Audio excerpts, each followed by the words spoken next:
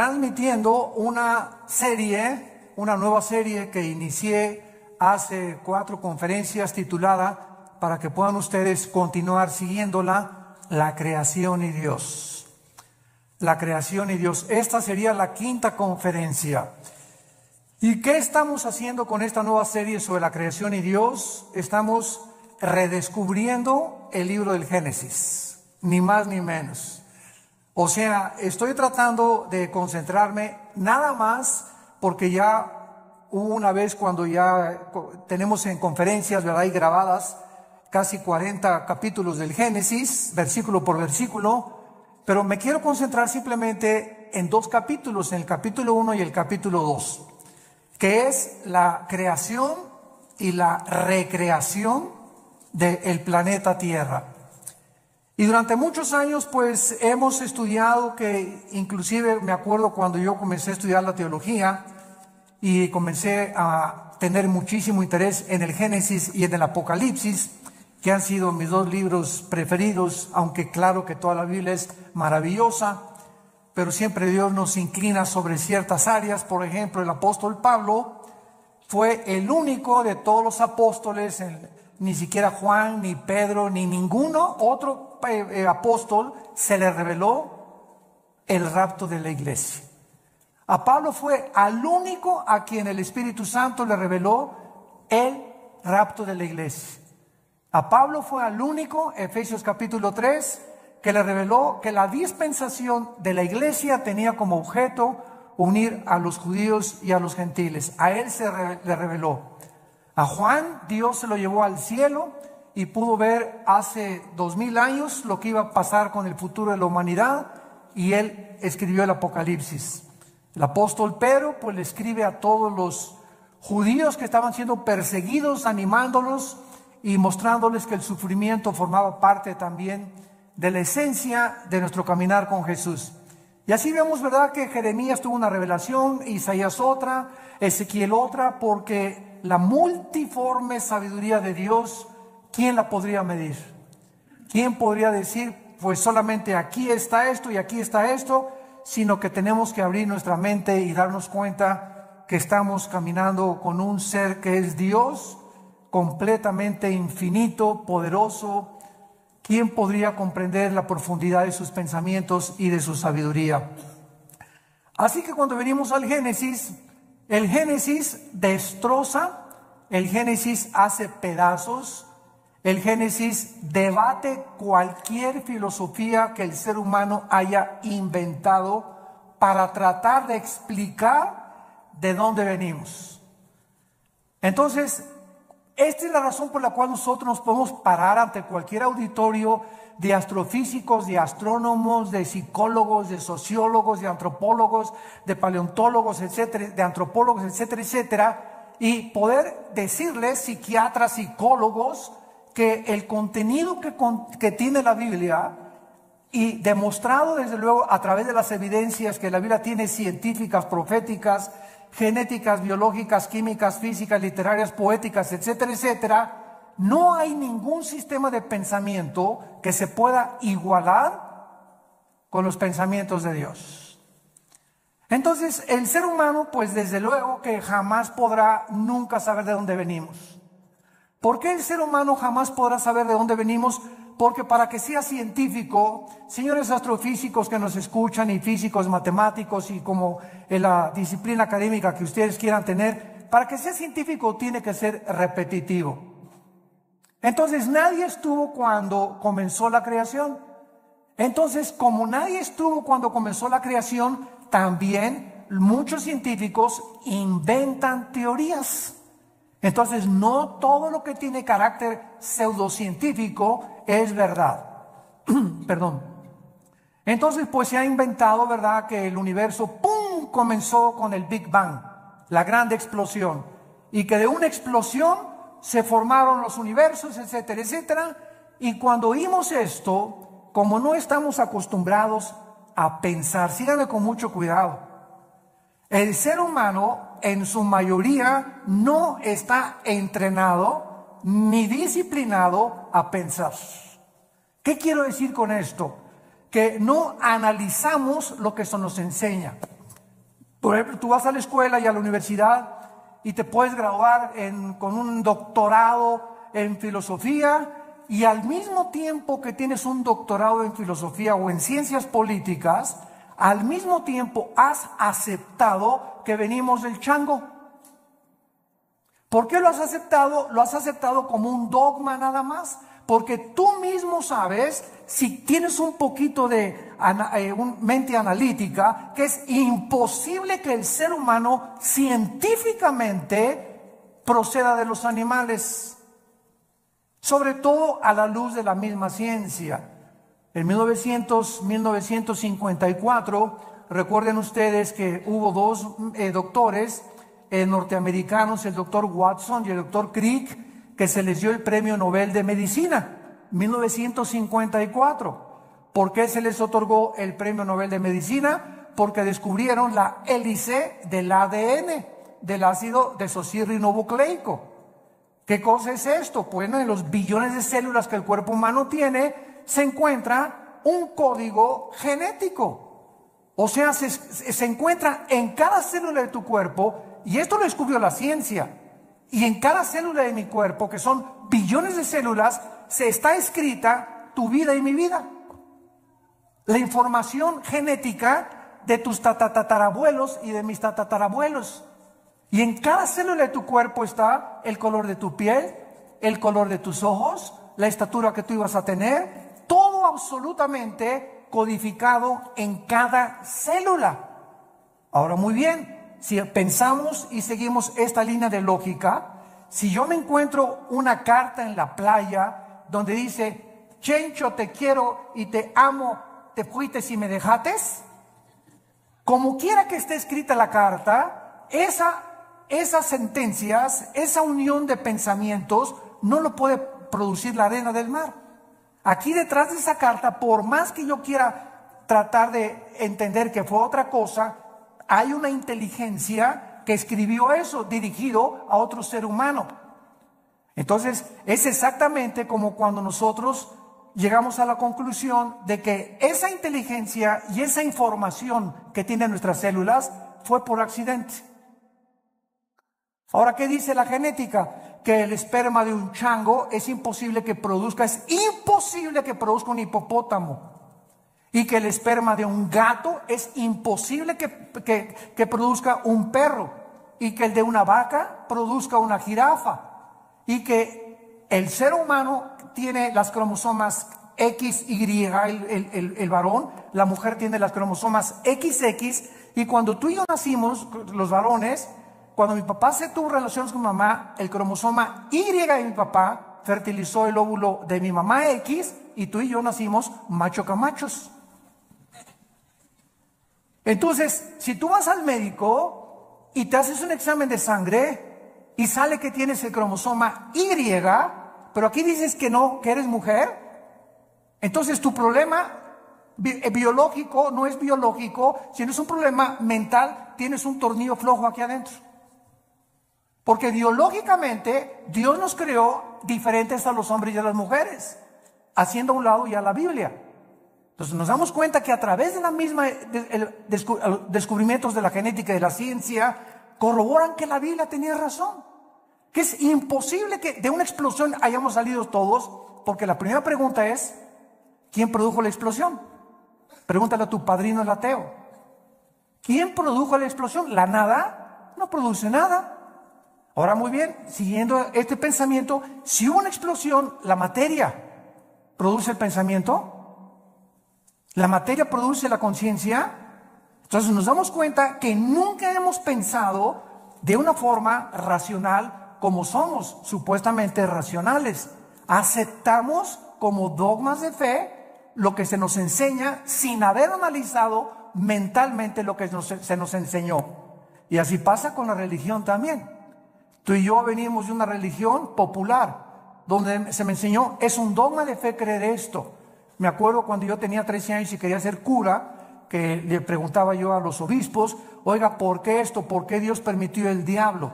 ¿Y por qué José no pudo tener relaciones con María? Es dogma de fe y lo tienes que creer. O sea, no pienses, acéptalo nada más. Y fue cuando yo me rebelé y me volví ateo. Entonces tuve como 15 años, 17 años en el ateísmo. ¿Por qué? Porque yo no aceptaba que yo tenía que aceptar algo cuando Dios me dio una mente analítica y tenía yo que pensar que lo que me estaban enseñando tuviera coherencia o hubiera evidencias para poder aceptar. Y así pasa con la fe, y así pasa con las cosas de la filosofía, de la ciencia y de la Biblia. No estamos acostumbrados más que a aceptar, y la fe cristiana no es un dogma de fe. La fe cristiana está basada no en dogmas, ni en liturgia, ni en ceremonias. La fe cristiana está basada, escúchame, en un hecho histórico. En un hecho histórico, en la resurrección de Jesucristo entre los muertos. Si Cristo no hubiera resucitado, no existiría el cristianismo. La base del cristianismo es que un hombre hace 2000 años bajó del cielo, el hombre Dios, nos dio un mensaje que sobrepasa la capacidad del ser humano para poder entenderlo, y que era imposible que sus pensamientos hubieran sido producidos ni por Platón, ni por Sócrates, ni por Mahatma Gandhi, ni por Confucio, ni por Zoroastro, ni por ningún gran líder religioso. Y ese hombre anuncia que va a morir y que tiene el poder sobre la muerte, y la resurrección de Cristo transforma el imperio más grande de toda la historia, el imperio romano. Y durante 300 años los seguidores de Cristo anuncian este mensaje: Jesús vive, y se enfrentan a un imperio, a los leones, los quemaron vivos, los hicieron teas humanas, los enterraron en su orina, en su excremento, quisieran acabar con el cristianismo y no pudieron, simplemente porque estos hombres vieron a Jesús resucitado. Y eso es lo que cambia al ser humano. No tenemos una Biblia con dogmas, tenemos una Biblia con evidencias históricas, arqueológicas, químicas, genéticas y de cualquier disciplina que tú quieras mencionar. Muy bien. En el capítulo 1 del Génesis, los que traigan su Biblia, recuerden siempre que los que no traigan Biblia, siéntense con un cristiano.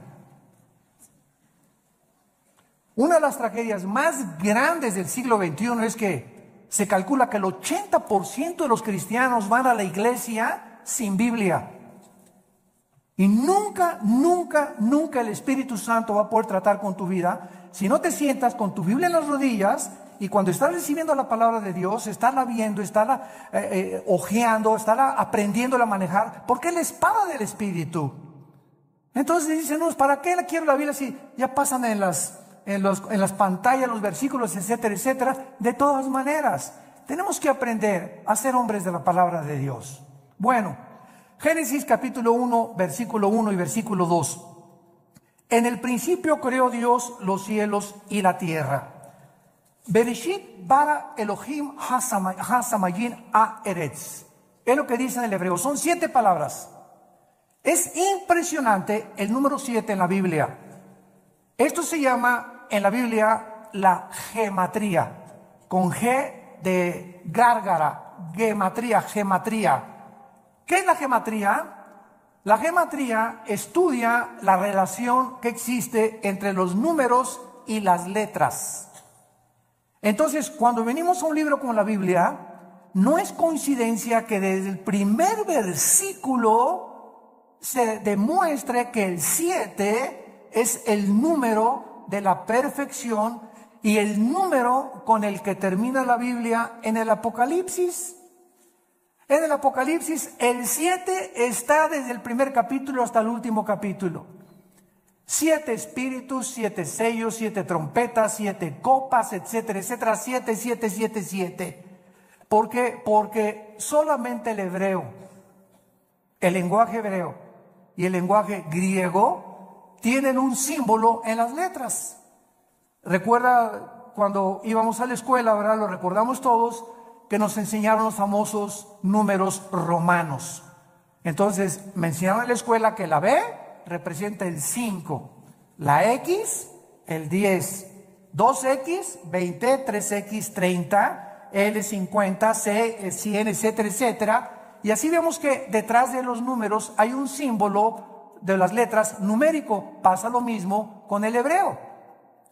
Entonces, cuando venimos al hebreo, cuando venimos al lenguaje original de la Biblia, encontramos que detrás de todo lo que nosotros vemos como aparentemente letra o tinta, se encuentran secretos de Dios. Hace algunos años ustedes recordarán los famosos códigos de la Biblia, que unos judíos, cuando se inventaron las computadoras, comenzaron a computarizar principalmente el libro del Génesis y encontraron lo que se llaman los números secuenciales, que cada 7 letras o cada 7 versículos se encontraba el nombre de Yoshua, que es Jesús. Y que a través de este análisis comenzaron a encontrar que había tantas cosas escondidas que era imposible que los seres humanos lo hubieran podido hacer. Así que si un ser humano hubiera comenzado a inventar, en el principio creó Dios los cielos y la tierra, ¿quién se lo dijo? Y el orden que tenemos en el Génesis de la creación es el orden en el que la ciencia corrobora que así existió la creación. Por ejemplo, nosotros no podíamos existir si antes no existieran las plantas por la fotosíntesis, y si no existiera el agua, y si el sol no estuviera alumbrándonos, ni la luna tampoco, ni la tierra girando perfectamente bien sobre su eje alrededor del sol. Antes de que el ser humano fuera colocado en el planeta Tierra, Dios ordenó un medio ambiente adecuado para que tú y yo pudiéramos existir. Antes de que Dios nos pusiera aquí en este ambiente, en la tierra, nosotros hacemos todos los días así y respiramos. ¿Te has puesto a pensar qué es lo que respiras? Estamos respirando una mezcla de hidrógeno que es como un 82% mezclado con oxígeno y otros gases. Y esta combinación de gases que estamos respirando es perfecta para que mis alvéolos pulmonares puedan verdaderamente sostener mi vida y ese oxígeno mantener las neuronas de mi cerebro funcionando. Y si yo me salgo de la atmósfera y me voy a la luna o a algún otro planeta, nos ahogamos, porque no existe fuera de la atmósfera ni en toda la Vía Láctea ningún oxígeno combinado, ni hidrógeno ni gases para que el ser humano pueda sobrevivir. Cuando tú tienes un niño o cuando estás embarazada y vas a tener un niño, ¿qué es lo que hacen las mamás antes de que nazca? Pues preparan la cunita y preparan el zarapito y preparan sus chupones. O sea, cuando el niño nace ya tiene un medio ambiente adecuado para poder sobrevivir y para que el mundo lo reciba.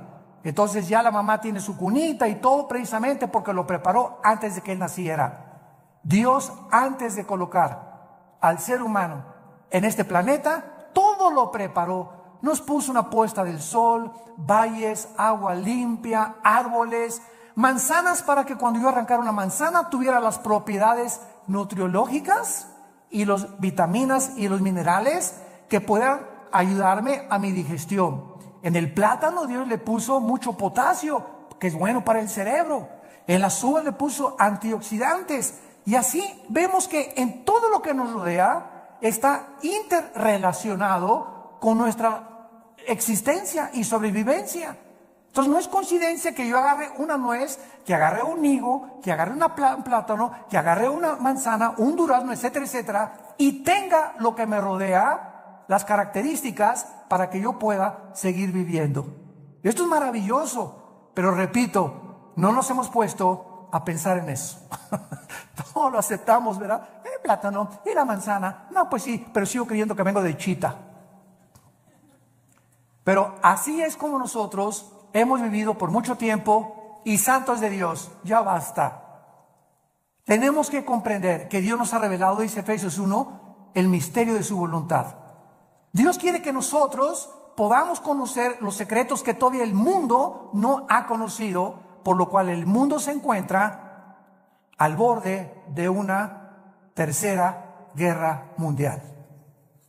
Estamos en el siglo XXI y vemos ahorita un desajuste total de los gobiernos, de las ideologías, de las filosofías.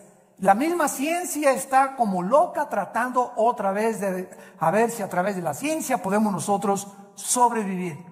Hemos hecho un pobre papel como administradores de este mundo y estamos a punto de autodestruirnos nosotros porque nos hemos creído dioses. Y hemos sacado a Dios de la ecuación y hemos creído que tenemos el potencial y los talentos y la inteligencia para que nosotros resolvamos los problemas que van más allá de nuestra capacidad para poder resolverlos. No somos dioses. Somos seres finitos, somos agentes morales responsables de nuestras acciones, y algún día tú y yo le vamos a dar cuentas a Dios. Si tú mueres ahora en Navidad, o el 25, o el 31 de la borrachera que te vas a poner, o el año que entra, en el momento en que tú mueras, se acabó para toda la eternidad tu oportunidad de venir hoy a la cruz. Cuando oigas su voz, no te endurezcas. Tú ni yo no sabemos cuándo Dios nos va a llamar a partir y a salir de este mundo al otro mundo que es más real que en el cual estamos viviendo. La Biblia dice: prepárate para encontrarte con tu Dios. En el principio creó Dios los cielos y la tierra. Veamos nosotros en primer lugar la palabra Bereshit, que es la palabra que se tradujo principio, y es la palabra que se tradujo en el griego para orígenes. Bereshit, con B de burro, S-H-I-T al final, Bereshit. La palabra Génesis es la palabra hebrea Bereshit, que significa orígenes. Síganme con mucho cuidado. Antes de que Dios dijera en el principio, ¿Dios existía, sí o no? Ok, Él existía antes de el tiempo, el espacio y la materia. Cuando Dios dice en el principio, estamos viendo el principio del tiempo, apúntalo, el principio del espacio y el principio de la materia, exactamente como la física lo confirma y lo certifica. El espacio, el tiempo y la materia son indivisibles. No puede existir el espacio sin la materia, ni la materia sin el tiempo. Y esta fórmula, o estos tres elementos que son los que forman el universo que nos rodea, fue precisamente lo que hasta 1900, aproximadamente entre el 32 y el 42, un científico alemán que huyó del nazismo a Estados Unidos, llamado Alberto Einstein, descubrió con su famosa fórmula de la teoría de la relatividad. E, la energía, igual a m a la masa por la velocidad de la luz al cuadrado. Y con esta fórmula Einstein corroboró claramente que el tiempo está unido al espacio y el espacio con la materia, y que solamente son medidas de nosotros, porque el universo no es infinito como se creía hasta el siglo XIX, y hasta el siglo XX, con los descubrimientos de Einstein y de los científicos genetistas, el doctor Crick y el doctor Watson, comenzamos a entender que todo lo que se enseñó por casi 19 siglos de Cristo a nuestros días, la ciencia se equivocó, y que la Biblia ya lo afirmaba con siglos de anticipación. En el principio hubo un principio, el universo no es infinito. Y si hubo un principio, hay un final. Y a finales del siglo XIX comienza otra teoría científica a demostrar la Biblia, la famosa ley de la termodinámica, las leyes de la termodinámica. La primera ley y la segunda ley de la termodinámica confirman que nada se crea ni se destruye. La segunda ley afirma que el universo está en un proceso de deterioro, que todo se tiene que descomponer, todo se tiene que oxidar con el tiempo, todo se tiene que echar a perder. A tu carro le tienes que estar continuamente echando aceite para que funcione el motor. Tenemos que estar tomando agua nosotros, vitaminas. Estamos en un proceso, en un universo donde el mismo Sol pierde millones de toneladas masa por segundo. El Sol pierde millones de toneladas masa por segundo. Esto establece la segunda ley de la termodinámica y lo confirma después Hebreos 1 del 10 al 12. Señor, en el principio tú eres para siempre, todo desaparecerá, pero tú permaneces por toda la eternidad. La Biblia ya enseñaba que el universo tenía algún tiempo que terminarse. Esto se conoce en la física como la ley también de la entropía, si lo quieres apuntar. la ley de la entropía, del desgaste, que la Biblia tiene otro nombre y es en Romanos 8 la ley de la corrupción. Todo se está corrompiendo, todo se está echando a perder. Vivimos en un universo donde ya nacemos chiquititos, llegamos a lo máximo de nuestra creación de la juventud, a la tercera, ahora dicen que ya no es la tercera edad, sino que es la cuarta edad también. Y los que llegan a la cuarta edad, ¿verdad? Ya comenzamos a ser los viejitos como fuéramos chiquitos, ya nos tienen otra vez como bebés, que cuidarnos, que sentarnos en silla de ruedas, que darnos de comer en la boca, porque se nos comienza a encoger todo el cuerpo, comenzamos a perder funciones del pulmón, del corazón late con más, con más resistencia y con más trabajo, y todo otra vez regresamos otra vez a la tumba, porque del polvo de la tierra el cuerpo humano fue formado también de acuerdo a la Biblia. En el principio creó Dios los cielos y la tierra. Entonces, este principio es algo increíble porque Dios era eterno. Vean esto, aquí está la eternidad. En la eternidad no existe el tiempo. En la eternidad no hay pasado, no hay presente, ni hay futuro. En la eternidad es una dimensión donde nosotros todavía no estamos más que espiritualmente, ya somos partícipes de la eternidad al haber entrado Jesús a vivir a nuestra vida. Esta es la vida eterna, Juan 17, 2 y 3, que te conozcan, que conozcamos. Ya estamos en la eternidad, aun cuando no estamos experimentalmente en la eternidad, aunque no estamos físicamente en la eternidad, hasta que nuestros cuerpos sean renovados, resucitados, con las características para vivir en otra dimensión que no es el planeta Tierra, ni en el universo donde tú y yo vivimos. Entonces, en la eternidad, como no existe el tiempo, Dios se revela a Moisés y le dice: mi nombre es Pancho. ¿Eso dijo? Llámeme Juan, llámeme Santiago. Dios le dice a Moisés en Éxodo 3, te voy a dar mi nombre, Moisés, y nos funda los fusibles el nombre de Dios. Yo soy el que soy. Que es la palabra hebrea Yahweh, que los judíos ni siquiera se atreven a mencionarla, porque son 4 letras nada más, y que no se atreven a mencionar por lo que consideran demasiado sagrado. Todos los judíos, en lugar de decir Yahweh, dicen Adonai. Y por eso, ¿verdad?, hay muchos judíos que quieren que nosotros los cristianos no digamos Dios. Y cuando ellos escriben Dios ponen D mayúscula, guión o S. Y para no poner la palabra entera Dios. Bueno, esa es la forma de pensar de ellos, ¿no? Y nosotros tenemos otra forma de pensar, porque ese Dios del Antiguo Testamento se reveló en Yoshua, en Jesús, que significa el Salvador. Dios habita en la eternidad y por eso dice: yo soy el que soy, porque Él es el Dios del presente. Yo soy el que soy, el que siempre he existido. Todo el universo y todas las criaturas tenemos una causa para existir. Una vez me preguntó un niño, muy interesante y muy lógico: oiga, ¿quién creó a Dios?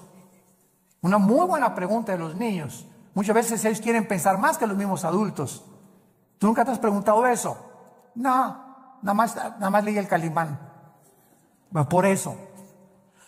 Este niño, cuando me dijo que quién había creído a Dios, me puso a pensar realmente. Y entonces, claro que le dije: espérame tantito, me agarró de sorpresa, pero me acordé que en la física todo efecto tiene una causa. Y no existe nada que no tenga una causa para poder existir. Entonces, Dios, le contesté, es el único ser que no es causal. O sea, Dios no lo creó nadie. Porque si algo hubiera sido lo que hubiera creado a Dios, ya no sería Dios.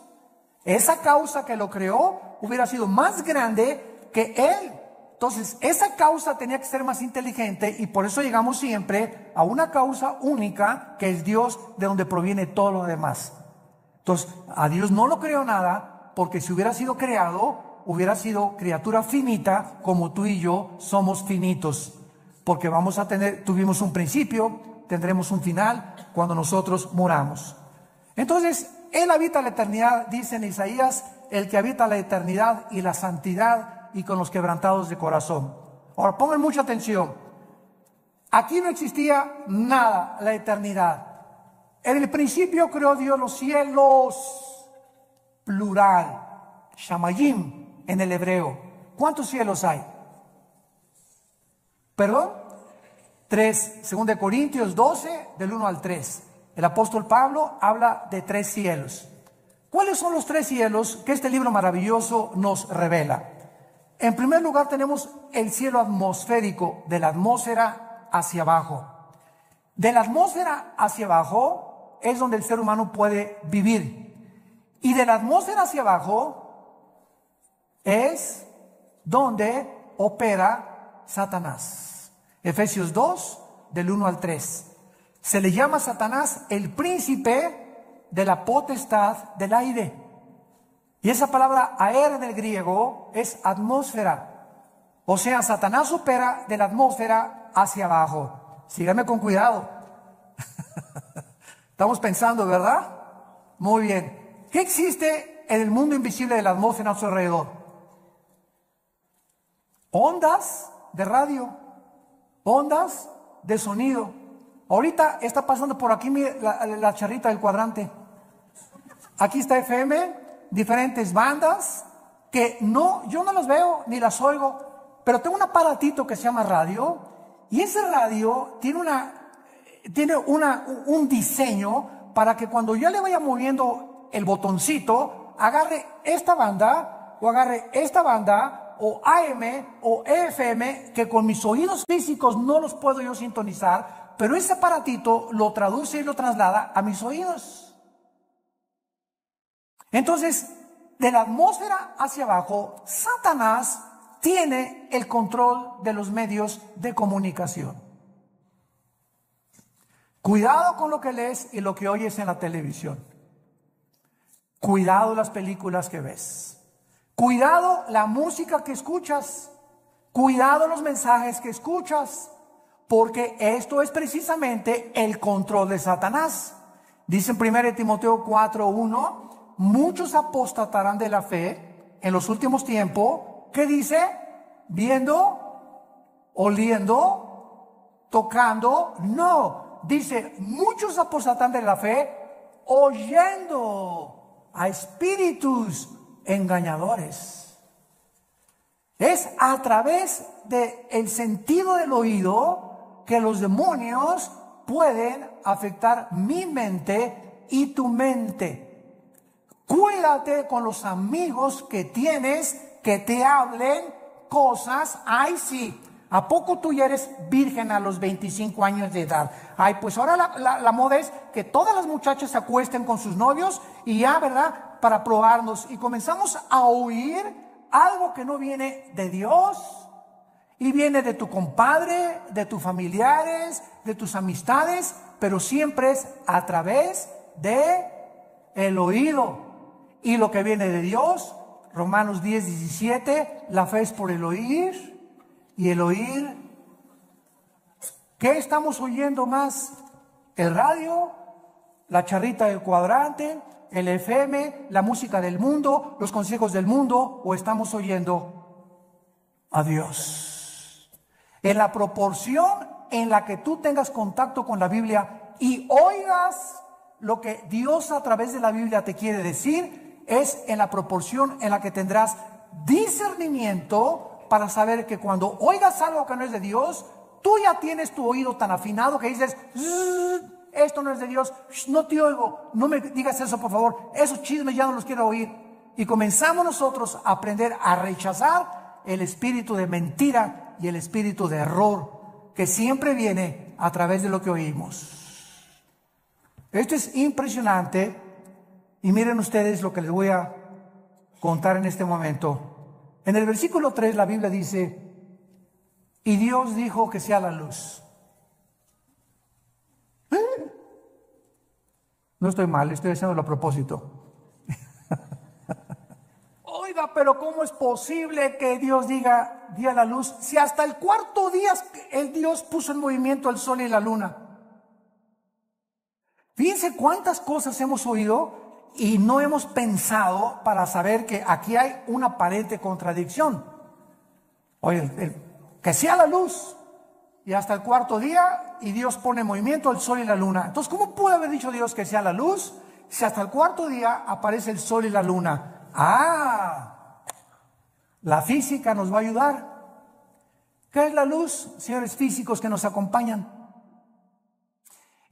Bueno, estamos en el siglo XXI y hasta este momento solamente podemos concluir, dicen los físicos, que es un fluido de electrones o es un fluido de fotones. Y hasta ahí se quedan los físicos.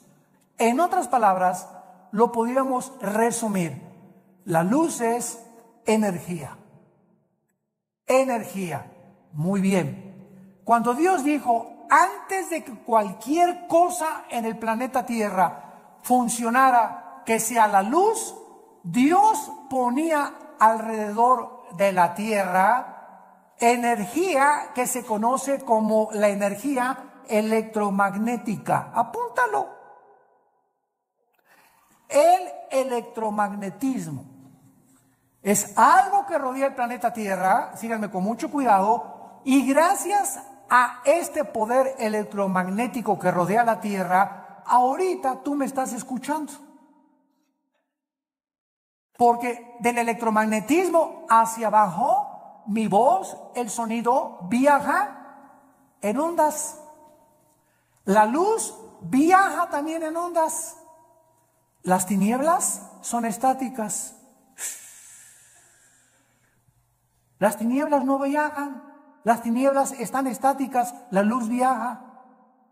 Y cuando Jesús dice que Él es la luz y que los que le seguimos no vamos a estar en tinieblas, significa que los que seguimos a Jesús estamos continuamente avanzando, continuamente. Los que no tienen a Jesús están ahí hace 20 años, hace 30 años, así. No han avanzado en sus vidas sí, son doctores, son esto y el otro, pero jamás han podido entender nada de lo que los rodea y su vida solamente es comer, beber, dormir. Como las vacas en la mañana, la comida, la cena, y al otro día, ¿qué negocio voy a hacer? ¿Por dónde voy a avanzar? ¿Qué voy a estudiar? Y así llegan a los 70, 80 años de edad. Nacieron en las tinieblas, vivieron en las tinieblas y regresan a las tinieblas. Nunca descubrieron el propósito por el cual Dios los creó. Igual que los mismos animales. Y así lo dicen los salmos. El hombre que no ha entendido a Dios es como los animales. Nada más que los animales nos ganan. ¿Cómo que nos ganan? Sí, el ser humano está aquí, los animales están debajo de nosotros y el ser humano, el animal mata por instinto, el animal sobrevive, el animal no tiene conciencia como tenemos tú y yo, pero cuando el ser humano rechaza esa conciencia y los valores de Dios, el ser humano desciende más bajo que los animales. Y es a donde la raza humana en este momento ha descendido. Matamos por placer y hemos llegado al colmo de decir el matrimonio no es entre un hombre y una mujer. Nunca verás a dos leones que se casan, ni a dos perros que se casan. Pero hemos llegado y decimos que somos pensantes a completamente destruir las leyes de la biología, las leyes de la genética, la ética de Dios, la moral que Dios nos dio en los mandamientos y nos hemos convertido en peor que animales. Y lo estamos aceptando como algo normal. Seres humanos creados a la imagen y semejanza del Creador han descendido peor que los animales. El electromagnetismo es uno de los poderes que existen con la gravitación y las fuerzas termonucleares. Son los tres poderes que rodean el universo. Y gracias al electromagnetismo nos podemos comunicar. Nos salimos de la atmósfera en la luna. Y si yo voy con mi esposa a la luna y le digo, Marta, me dice, no te oigo. ¿Por qué? Porque saliendo de la atmósfera ya no existe el electromagnetismo. Entonces mi esposo y yo tenemos que tener escafandras especiales para comunicarnos fuera de la atmósfera. Por eso los astronautas tienen que comunicarse con escafandras. Te la quitas y no nos oímos. ¿Por qué? Porque fuera de la atmósfera no fue el programa de Dios para que viviéramos. Y el colmo de los colmos, gente en el siglo XXI que quiere irse a la luna de miel. Hágame el favor nada más, mejor que la Riviera Maya. Oye, ahí en la luna o en Marte, bien nomás la locura, a lo que hemos llegado, ¿no? Nos reímos ahorita, pero créanme lo que ya están haciendo planes. Oye, ahí arriba ni beso le vas a poner a tu esposa. Van a chocar dos fibras metálicas de las escafandras o de fibra de vidrio, ¿verdad? Con lo que está hecho la careta. Y desde lejecitos. Increíble, pero cierto. Hay un ruso que pagó quién sabe cuántos millones de dólares para ser el primero en poder establecerse en la luna. Y el sueño del ser humano es conquistar el espacio y llegar a Marte y esto y el otro, cuando no hay ninguna de las características, ni la atmósfera, ni el agua, ni nada, ni las plantas, ni las frutas que existen para poder sobrevivir más de un mes en otro planeta. Así de brutos somos. En el principio creó Dios los cielos y la tierra. Entonces está la eternidad y en penúltimo lugar hay tres cielos. Nos quedamos en el cielo de la atmósfera, donde no habita Satanás, habita por todo el universo. Pero él opera y energetiza de la atmósfera hacia abajo y usa los medios de comunicación y lo que oímos para afectar nuestro sistema de pensamiento y nuestras doctrinas. Y cuando comenzamos a comprender eso y todas estas cosas, comenzamos a tener más defensas, más municiones para pelear contra él. Me voy a cuidar lo que oigo, la música que oigo, las películas que veo, los consejos que me da mi comadre, los consejos que me da mi suegra. Si no son cristianos, que se bañen. De la atmósfera para arriba sigue el cielo cósmico, es el segundo cielo, el cielo que nos rodea en la Vía Láctea, ¿verdad? Plutón, Mercurio, Júpiter, Saturno, etcétera, etcétera. Es el cielo, es el segundo cielo. Este segundo cielo está ocupado. Sí existen los extraterrestres. Porque una vez me dijo ustedes lo conocen, me reservo su nombre, un experto en los ovnis. Oiga, el doctor Alducin, ¿y usted por qué no cree en los ovnis y los cristianos? Le dije, ¿quién dice que no creemos en los ovnis? Claro que creemos en ellos, pero simplemente no le llamamos ovnis, le llamamos ovis. ¿Qué quiere usted decir? Objetos voladores identificados. Para nosotros no son no identificados. Sabemos que existe un fenómeno, que existe algo que aparentemente es real, pero sabemos quién está detrás de este fenómeno. Y cuando venimos a la Biblia, descubrimos que Satanás, Lucifer, el príncipe de la potestad del aire, tiene el poder de materializar la energía. Él puede hacer que se levante este púlpito, te puede apagar la televisión, puede ponerte un programa que tú no cambiaste, te puede abrir las ventanas de tu casa, te puede producir sonidos que hay con cadenas arriba del techo, te puede producir que hay un coyote cerca de tu baño aullando a las 2, 3 de la mañana, te puede hacer que una persona se aparezca y entre a tu cuarto toda vestida de negro, o puede hacer apariciones de como se llama la Llorona, una señora vestida toda de blanco, que de repente pasa por tu casa o en la noche y tú la ves y tú juras que algo pasó y que los medios de comunicación y las películas están llamando, ¿verdad? Que apariciones son demonios. Son demonios. Y todo el universo está controlado por ángeles caídos. Y en tercer lugar, el tercer cielo es el cuartel general de Dios. Ezequiel capítulo 1, Daniel capítulo 7, Apocalipsis capítulo 4, que son los tres pasajes en la Biblia donde claramente se nos describe que hay un trono en el tercer cielo y a Dios se le describe con la apariencia humana. Se le describe sentado. Se le escribe sentado con pelo blanco. Claro que esto es una ilustración de la eternidad. Pero cuando Dios se hace hombre, toma la forma de nosotros. Y ahorita Jesús existe por toda la eternidad con forma humana. Su Padre no podría tener otra forma. Tendría que ser como Él, porque Él es la imagen misma de Dios.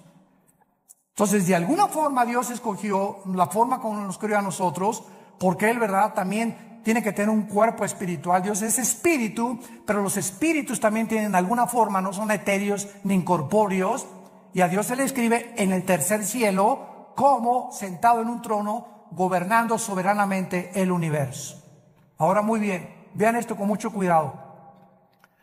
Dios habitaba en la eternidad. Dios es luz, allá no hay nada de tinieblas, porque 1 Juan capítulo 1, no hay tinieblas en Dios. Cuando Dios crea el tercer cielo, Dios se baja de la eternidad para entrar al tercer cielo. Crea el segundo cielo, el universo, y crea la atmósfera para nosotros. Y desde el principio de la Biblia, cuando dice Juan, en el principio era el verbo, está hablando del principio del tiempo, el espacio y la materia. Que Jesús ya existía desde que Dios había hecho el universo. Y Él era Dios, Jesús era Dios. Todas las cosas por Él fueron hechas. Nada de lo que ha sido hecho fue hecho más que por medio de Él. En Él estaba la luz, y la luz en las tinieblas resplandece. Y en Él estaba la vida, y la vida era la luz de nosotros. Así comienza el Evangelio de Juan capítulo 1. Entonces, Dios baja al tercer cielo a habitar en un trono, porque antes del universo no necesitaba un trono. Un trono nos habla de gobierno, de dominio. Entonces, cuando Dios decide, voy a crear un universo, y comienza con serafines, querubines y ángeles, Él tenía que darnos a conocer que un gobernante, alguien que está en un trono, es porque ejerce dominio. No hay un gobernante que no tenga súbditos, que no tenga leyes, que no tenga gobierno, porque sería un gobierno abstracto, ¿verdad? Sería un gobierno que no se podría ni siquiera llamar gobierno. Y esta es la razón por la cual Dios crea primero los serafines y los querubines. Síganme con cuidado, los querubines y los serafines no son ángeles. La palabra querubín significa el que arde. Son criaturas que están junto a Dios. Lucifer era y es un querubín. Esto es impresionante. Arriba de Dios están los serafines, Isaías capítulo 6, que tienen más alas que los querubines. La palabra ángel, malak, con M de mamá en el hebreo, angelus en el griego, significa mensajeros. Entonces, Dios desde el tercer cielo decidió que iba a mandar mensajeros, entidades espirituales, a visitarnos, a entrar a nuestras 4 dimensiones donde tú y yo vivimos, con cuerpos diferentes a los nuestros, pero que estas criaturas que Él enviaba a la tierra se iban a llamar sus mensajeros. De ahí viene la palabra ángel, que significa mensajero. Los querubines no bajan a la tierra, los serafines no bajan a la tierra. Los que han visitado la tierra, los que fortalecieron a Cristo, los que caminaron en Génesis 18 con Dios que bajó y caminó y se acercó con Abraham y se sentó Dios a comer con Abraham, lo acompañaron 2 ángeles mensajeros. Estos ángeles entraron a Sodoma y Gomorra, ¿se acuerdan? Génesis 19, y fueron cuando los homosexuales y los sodomitas los vieron, pues los querían, ¿verdad?, tener relaciones con ellos, de la belleza con la que los ángeles fueron creados, que ante los ojos humanos, ¿verdad?, bueno, es impresionante, seres perfectos. Esto es muy importante para no confundir y llamar a todos ángeles. Todos los querubines es una entidad espiritual, los serafines es otra espiritual, y a los querubines se les llama también 4 seres espirituales en Apocalipsis capítulo 4, Ezequiel 1, Ezequiel 2 y Ezequiel capítulo 10, que son igualitos a los de Apocalipsis capítulo 4. Y cuando nosotros vemos esta distinción de criaturas alrededor de nosotros, comenzamos a entender que cada uno tiene características diferentes. Y quiero terminar con esto. Durante muchos años se nos enseñó que los ángeles caídos son demonios y que los demonios son ángeles caídos. Y los ángeles caídos no pueden meterse a una persona, los demonios sí. Los ángeles caídos son principados, son gobernantes, son dirigentes de las huestes espirituales de Satanás. Los demonios son otro tipo de criaturas que perdieron sus cuerpos. En algún época del tiempo pasado, Dios los condenó a vagar. Ahora sí que se les llama en Guanajuato las almas en pena. O sea, criaturas que sufren por no tener un cuerpo. Entonces descansan, dice la Biblia en el Evangelio de Lucas, descansan al meterse una persona y al cuerpo de la persona le llaman su casa. Hasta con eso. ¿En dónde lo tienes tú? ¿En la cocina? Le llaman su casa y entran y salen a los seres humanos. Y hay demonios que entran en seres humanos de las 3 a las 6 de la tarde. Y Pancho es normal, una persona normal hasta las 3 de la tarde. Y a las 3 comienza a hacer cosas, o tiene otra personalidad, o le cambia el carácter. La psicología le llama múltiples desórdenes de la personalidad, o le llaman esquizofrénicos, porque tienen dos personalidades completamente bipolares, y la Biblia le llama demonios. Si tú no eres de una sola pieza en tu trabajo, una sola pieza en tu casa, una sola pieza en tu iglesia, y en tu iglesia eres uno, en tu trabajo eres otro, y en la iglesia eres otro, eres una persona que tienes afectado demonios en tu mente. Porque esos cambios de personalidad son los que demuestran y denotan que tú tienes un problema que no es psicológico, es espiritual. Y por eso dice la Biblia, ¿verdad?, que lo que más trastorna al ser humano y lo desintegra en su personalidad es la pornografía y la inmoralidad. ¿De dónde viene? De Satanás. Jesús dijo: yo he venido para que tengas vida y para que la tengas en abundancia. Obedéceme, porque sin santidad es imposible ser feliz. Gracias te damos, Señor, en esta mañana por tu palabra.